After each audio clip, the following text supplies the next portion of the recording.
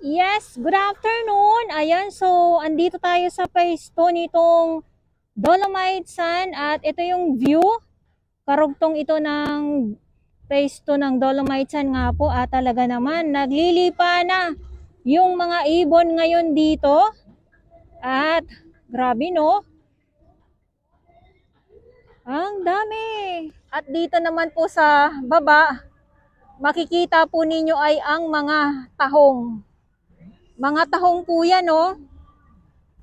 Akala nyo kung ano lang po yung nandyan, mga tahong ito, sumambulat na naman po sa atin ang mga katahungan dito. Sa phase 2, nandun tayo sa 1, gawa ng sobrang low tide.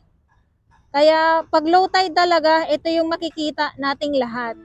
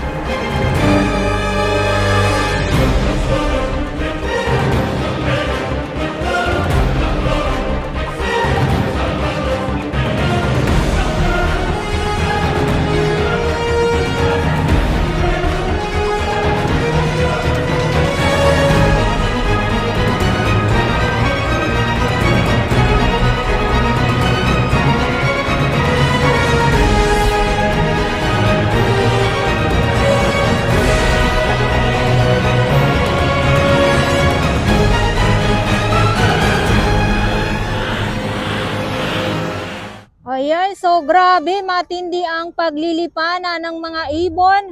At ito ay ilang araw na po natin nakukuhanan. At talaga naman, so naglilipa na din yung mga isda ngayon dito. So, mga ibon, mga isda.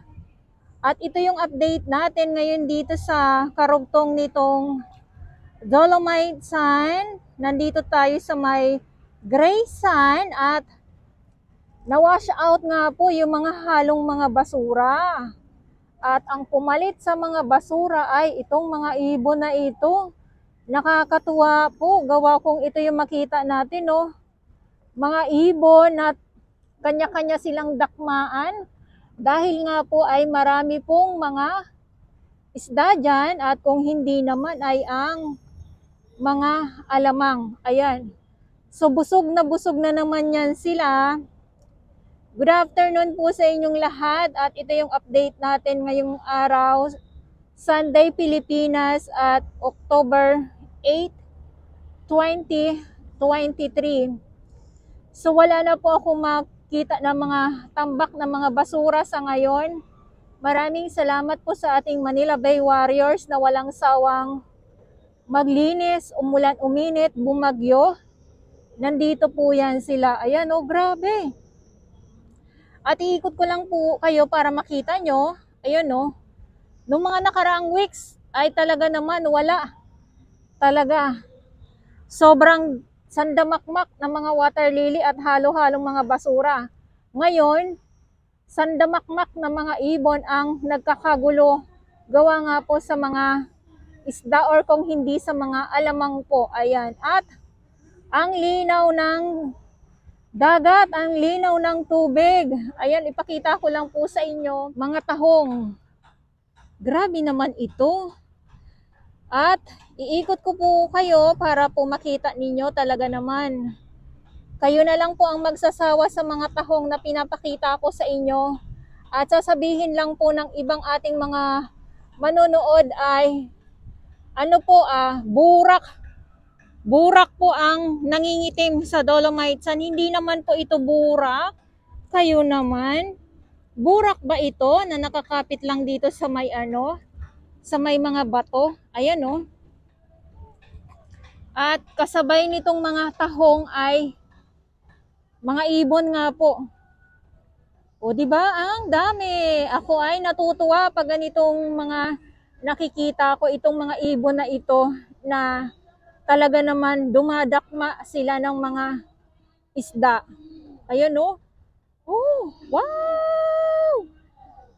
Kulang na lang sabihin ko, lumapit kayo dito sa akin. Bilis. 'Di ba? Nakakatuwa kasi bibihira natin to sila na makita na magtumpukan talaga.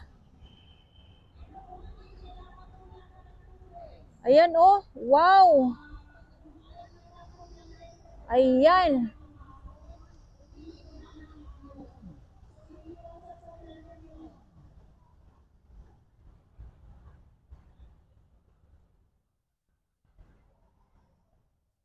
Oh.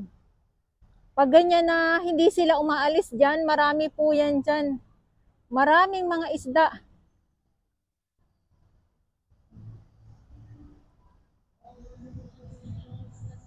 Wow!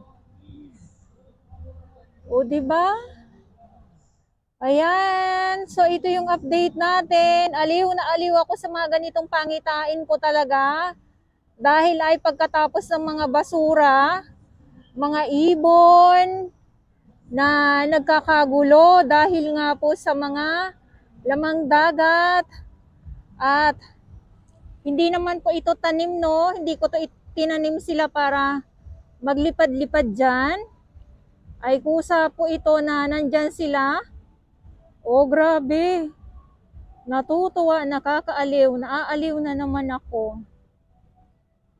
Isum ko lang. Wow. Grabe. O, diba? Naaliw na naman si Dora. Naaliw na naman po ako. Grabe naman iyan. Talaga naman halos ayaw ko nang umalis. Dahil sa mga ibon na to, oh. O, diba? Ang sasaya nila. Sana ganito tayong lahat masaya na kanya-kanyang dakmaan at naghahanap ng kanya-kanyang makakain, hindi umaasa sa gobyerno.